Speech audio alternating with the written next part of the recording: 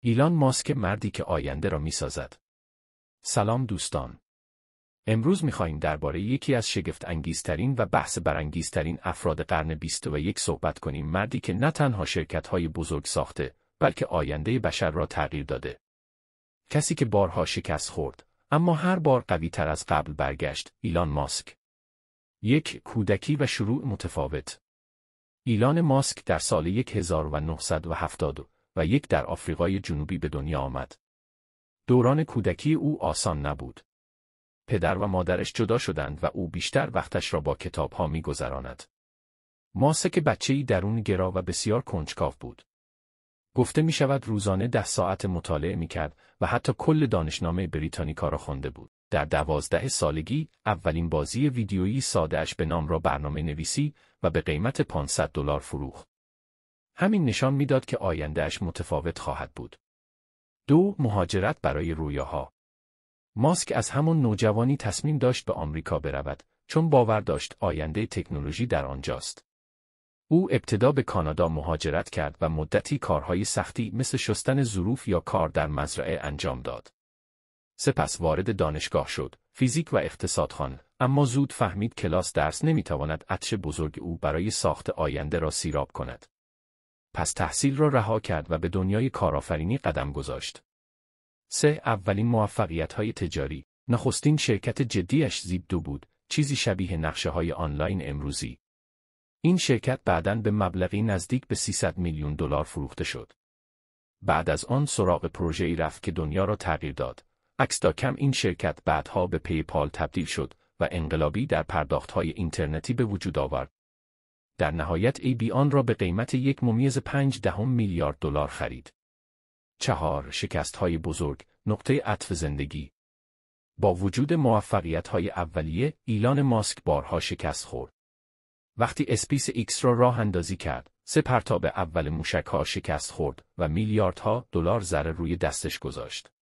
خیلی‌ها به او خندیدند و گفتند این کار غیر ممکن است. اما ماسک با تمام سرمایه باقی مانده، 4مین پرتاب را انجام داد و موفق شد. همین لحظه سرنوشت اسپیس ایکس را تغییر داد. 5. اسپیس ایکس تسخیر فضا. ماسک رویایی داشت، زندگی چند سیاره‌ای برای بشر. او معتقد بود اگر روزی زمین نابود شود، انسان باید جای دیگری برای ادامه بقا داشته باشد. اسپیس ایکس با ساخت موشک‌های فالکون 9 و حالا استارشیپ هزینه سفرهای فضایی را تا 90% کاهش داده است. امروز این شرکت نه تنها ماهواره‌ها را به مدار می‌برد، بلکه با ناسا برای سفر به ماه همکاری می‌کند.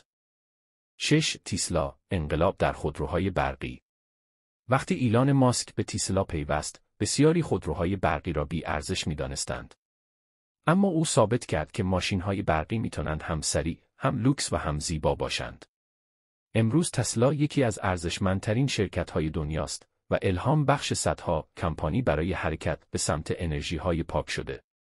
حتی دولت‌ها نیز به خاطر تأثیر تسلا مجبور شدند قوانین جدیدی برای خودروهای برقی وضع کنند. 7. پروژه‌های جانبی و بلندپروازانه. سولر سیتی، گسترش پنل‌های خورشیدی و انرژی پاک. نیورالینک، اتصال مغز انسان به کامپیوتر برای درمان بیماری‌های عصبی و ارتقای ذهن. دی بورینگ کمپانی، ساخت تونل‌های زیرزمینی برای کاهش ترافیک. استارلینک، پروژه اینترنت ماهواره‌ای برای اتصال همه جهان، حتی در مناطق محروم. هر کدام از این پروژه‌ها می‌تواند زندگی میلیاردها انسان را تغییر دهد.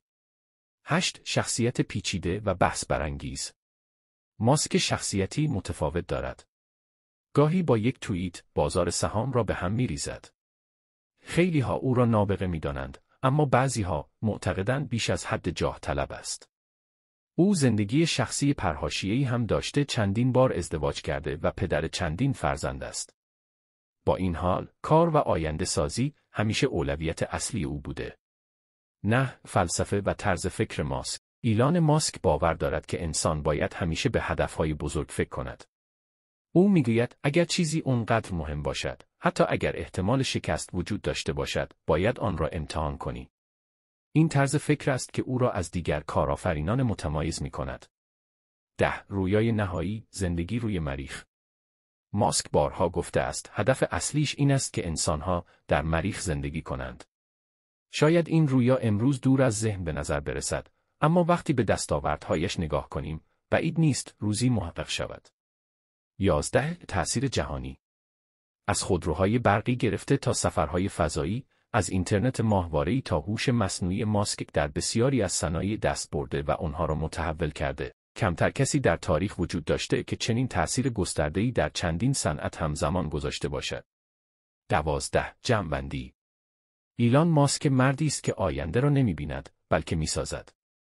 او نشان داد که شکست پایان راه نیست، بلکه پلی است به سمت موفقیت. شاید بعضی‌ها او را دیوانه بدانند، اما همین دیوانگی است که دنیا را تغییر می‌دهد. حالا نوبت شماست. اگر شما جای ایلان ماسک بودید، برای تغییر آینده بشر چه کاری انجام می‌دادید؟ نظرتان را در کامنت‌ها بنویسید.